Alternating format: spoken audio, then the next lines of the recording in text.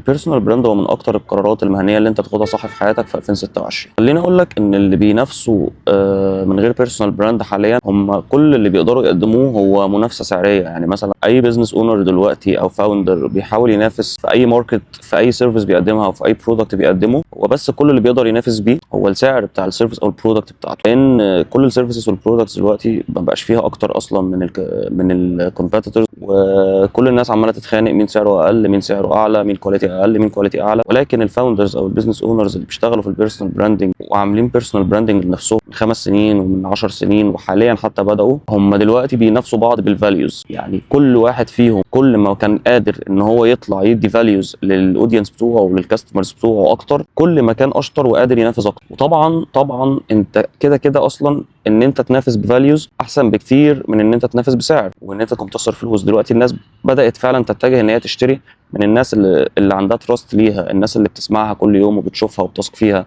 وبتعرف حياتها وبتعرف اللايف ستايل بتاعها، بتعرف معتقداتها وافكارها.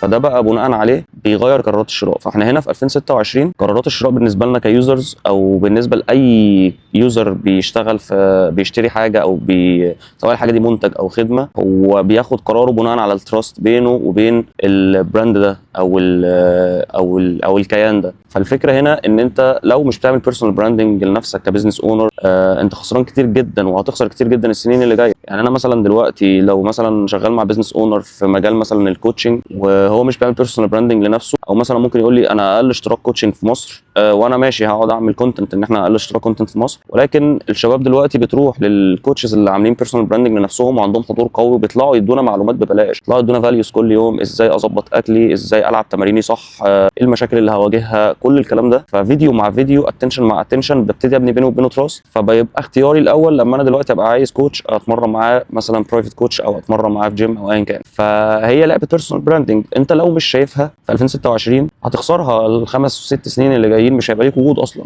حرفيا مش هيبقى ليك وجود. فدي بوينت مهمه جدا لازم اي بزنس اونر يبقى عارفها وشايفها ويبتدي يجهزها ويبتدي يحضر لها. مش معنى ان انت بزنس اونر او ان انت سي او او ان انت فاوندر ان انت ما تديش وقتك للماركتنج وان انت ما تديش وقتك للكونتنت. الديجيتال ماركتنج او البيرسونال براندنج هي عمله بتتبني يوم بيوم وقيمتها بتزيد يوم بعد يوم، او عامله زي البيتكوين كده مثلا من كام سنه. انت لو مش هتقدر تستثمر فيها دلوقتي، هتيجي تحاول تستثمر فيها قدام وهي هتبقى ب 50 ضعف سعرها دلوقتي. فزي اللي بدا بيرسونال براندنج من 5 سنين ومن 6 سنين هو شاف الخير بتاعه طبعا دلوقتي.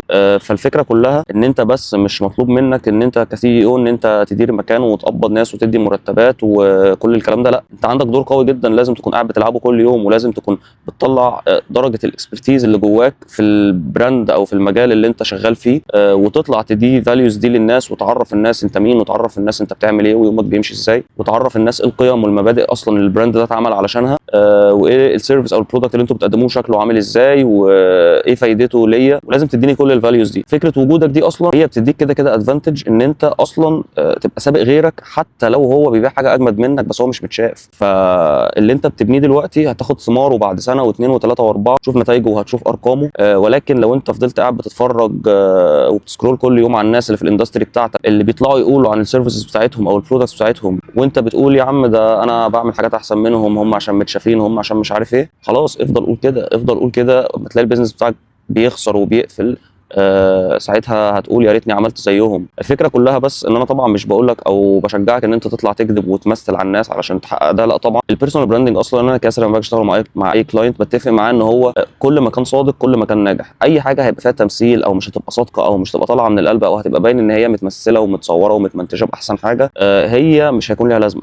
كل ما كان الشخص اللي قدامك حقيقي، كل ما كان اصلا البيرسونال براندنج انجح. فالناس بترتبط بالناس اللي هي بتحس ان هي شبهها او بتحس ان هي حقيقيه، وده اللي بيخلي بيرسونال براندنج تنجح وبيرسونال براندز ما تنجحش. لان لو كله بينجح كان كله عملها. لكن الفكره ان انت مش بس تاخد الفكره صح او تاخد الخطوه صح، هي الفكره الاولى اصلا ان انت تقرر بس ايه ان انت تاخدها. بعد بقى ما بتيجي تاخدها بتبتدي تشوف طبعا الشخص المناسب اللي هيقدر يساعدك في ده. لان برضو الماركتيرز مش كلهم بيعرفوا يلعبوا البيرسونال براندنج صح، ولكن الماركتير اللي بيقدر يشتغل بيرسونال براندنج صح هو اللي بيقدر يحقق ارقام، وهو اللي بيقدر يحقق فاليوز، وهو اللي بيقدر يحقق ريفينيو، هو اللي بيقدر يخلي بزنس اونر من الكاميرا الموبايل بتاعته يجيب فلوس للبراند بتاعه وينجحه ويكبره. فالسنين الجايه دي هي لعبه بيرسونال براندنج ولعبه ماركتنج، لعبه كونتنت. فلو انت مش هتخش فيها كبزنس اونر او كسي او او كفاوندر، صدقني مكانك هيكون مش موجود. وهنا بقى نصيحتي للماركتيرز اللي داخلين الديجيتال ماركتنج جديد، لو انت مش مهتم بالكلام ده وعايز بس تروح تتعلم ازاي اكتب كونتنت بتشات جي بي تي وازاي اخش اعمل اعلانات على الادز مانجر، وانت مش فاهم المايند سيت بتاعه الديجيتال ماركتير في السنين اللي جايه دي، فانت اصلا يعني ما اعتقدش ان انت هتعرف تكمل في المجال ده.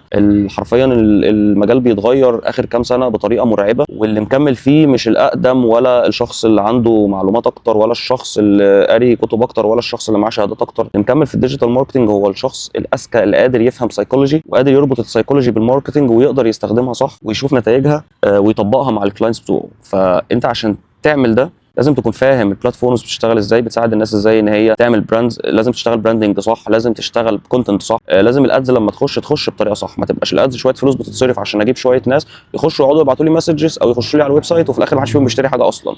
الناس ما بقتش تشتري بالطريقه دي خلاص، الناس بقت تشتري بالايموشنز بتاعتها وبقت تشتري بالفيلينجز بتاعتها، بقت تشتري من الناس اللي هي حاسه ان هي فاهمه وحاسه ان هي بتقدم لها قيمه، اللي حاسه ان هي اصلا بتقدم لها حاجات كتير ببلاش من غير ما هي تشتري منها حاجه، سواء معلومات، سواء طرق معينه في الحاجه اللي هم بيقدموها، سواء تيبس اند تريكس، حاجات زي دي. فانا هنا علشان ابقى ماركتير ناجح لازم اكون في الاندستري اللي انا بشتغل فيها اقدر استغل الناس اللي ورا الاندستري دي، الاكسبرتس اللي ورا الاندستري دي، سواء الفاوندر هو الاكسبرت او الناس اللي جوه الشركه او المجال هم الاكسبرتس، لازم انا استغلهم واطلع منهم كل الكونتنت اللي اقدر اعمله علشان اطلع اديه للاودينس بتوعهم واديه للناس اللي عايزه تشتري السيرفيس او البرودكت بتاعتهم، لان هو ده في الاخر اللي هيخليهم يحققوا ريفينيو من الماركتنج، واللي هيخليهم يبنوا براند، واللي هيخليهم يبنوا العمله الصعبه، العمله الاصعب اللي هي الاتنشن. دي اصعب عمله، ولكن دي العمله اللي لو اكتسبت صعب جدا جدا استبدالها، وصعب جدا ان حد يقدر يجي ياخدها منك. طيب انا دلوقتي مثلا كديجيتال ماركتير عايز اعمل بيرسونال براندنج لنفسي، بس انا لسه بتعلم، انا لسه مش اكسبرت. هي بقى دي الفكره اصلا، الفكره ان انت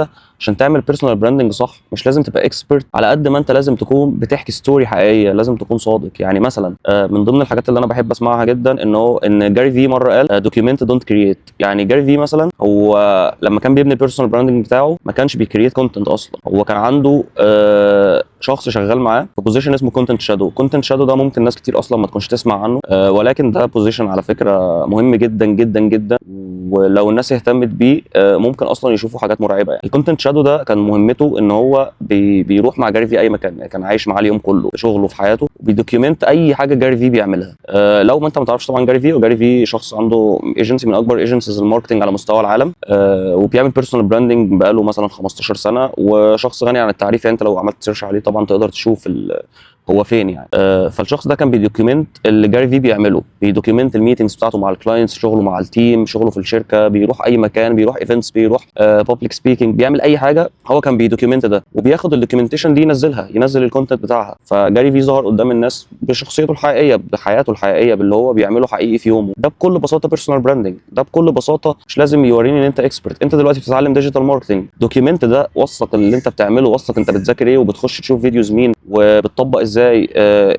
ابني ده على السوشيال ميديا، والناس هتصدقك وهتحبك وهتتابعك عادي، والاكسبرتس اللي في الديجيتال ماركتنج هيتابعوك وهيحبوك، ولما هيشوفوك بتنجح وبتحقق حاجات هيشوفوا انت فعلا بتعمل ايه، فهيخشوا يكلموك لو هم محتاجينك في شغل. هتلاقي نفسك بيجيلك اصلا شغل وانت مش بتقدم على لينكد ان ولا على جروبات الفيسبوك زي ما بقيت الناس بتعمل، وفي الاخر بتترفض. هتلاقي كلاينتس داخله بتكلمك وبتقول لك انا كلاينت على قدي، لسه ببدا، معيش بادجت كبير ان اجيب حد غالي، لكن انا شفتك وعرفتك وعارف الستوري بتاعتك، انا عايزك انت تمسك لي شغل وتجرب معايا وننجح مع بعض ونكبر مع بعض. هي بقى دي الفكره ان البيرسونال براندنج مش لازم تبقى عندك 50 سنه خبره عشان تطلع تعمل لنا بيرسونال براندنج. انا زي ما بقول لك، انت عايز تعمل بيرسونال براندنج وانت لسه بتبدا، فرصتك اصلا للجروث اكبر بكتير جدا من اللي بيعمل بيرسونال براندنج وهو اكسبرت بقاله 15 سنه. والله العظيم فرصتك اكبر بكتير منه، لان انت عندك اللي يخليك تبني الاتنشن بتاع الناس، والناس بتحب تسمع الستوريز، والناس بتحب تشوف قصص النجاح، والناس هتبقى حابه تشوفك وانت بتبدا. مش لازم على فكره عشان تعمل كونتنت ان انت تطلع تقول لي انا اجمد واحد في الديجيتال ماركتنج ومفيش مني اتنين. لا طبعا، اطلع قول لي انا بتعلم ديجيتال ماركتنج، والنهارده انا هتعلم كذا، وبكره هتعلم كذا، وبعده هطبق، وبعده هعمل، ولما طبقت دي النتيجه اللي وصلت لها، وده الفشل اللي انا وقعت فيه. دي الحاجات اصلا ان الناس هتسمعها، ودي الحاجات اللي هتجرب الاتنشن بتاع كلاينتس وبتاع الناس بتوع الديجيتال ماركتنج وبتاع الاكسبرتس بتوع الديجيتال ماركتنج. هيشوفوك وهيتابعوك وهيبقوا عايزين يكلموك وعايزين يشوفوا شغلك. فالبيرسونال براندنج، سواء انت بزنس اونر بقى بتشوف الفيديو، او انت ماركتير بتتعلم، او انت ماركتير اصلا مش بتتعلم، عندك خبره بس مش عايز تعمله، هو البيرسونال براندنج مش محتاج غير الدوكيومنتيشن، مش محتاج غير ان انت تكون صادق وحقيقي. فدي خطوه مهمه ونقطه مهمه جدا لازم احنا كنا بنتكلم فيها. فهنا الخطوه الاولى اللي قبل للتنفيذ دلوقتي، واللي انا بقول لك قوم دلوقتي اعملها وجربها، انا مش عايزك تعمل اي حاجه غير ان انت تعمل اكونت، وتعمل اكونت باسمك، وما تنزلش اي حاجه، بس اعمل الاكونت بس. هي دي اول خطوه، سواء انت بزنس اونر او انت ماركتير عايز تعمل بيرسونال براندنج وخايف عشان انت لسه بتبدا، خش اعمل الاكونت بس، ما تعملش اي حاجه اكتر من كده. وابدا الدوكيومنتيشن، وابدا وثق حياتك، وابدا وثق قصتك، وابدا قدم الفاليوز بتاعتك اللي على قد حجم الاكسبرتيز اللي عندك، وبس. ويوم بيوم وشهر بشهر هتلاقي ان البيبي ده بيكبر، وبقى ليه قاعده جماهيريه، وبقى ليه ناس، وبقى ليه ناس مستنياه، وبقى ليه ناس بتسمع له، بقى ليه ناس مستنيه ان هو يفتح بقه. وهو ده اصلا اقوى حاجه في البيرسونال براندنج، ان انت وانس ان انت بنيت حاجه صح، بقى معاك العمله الصح، محدش يقدر ياخدها منك، مفيش اي كومبيتيتور هيقدر ياخدها منك.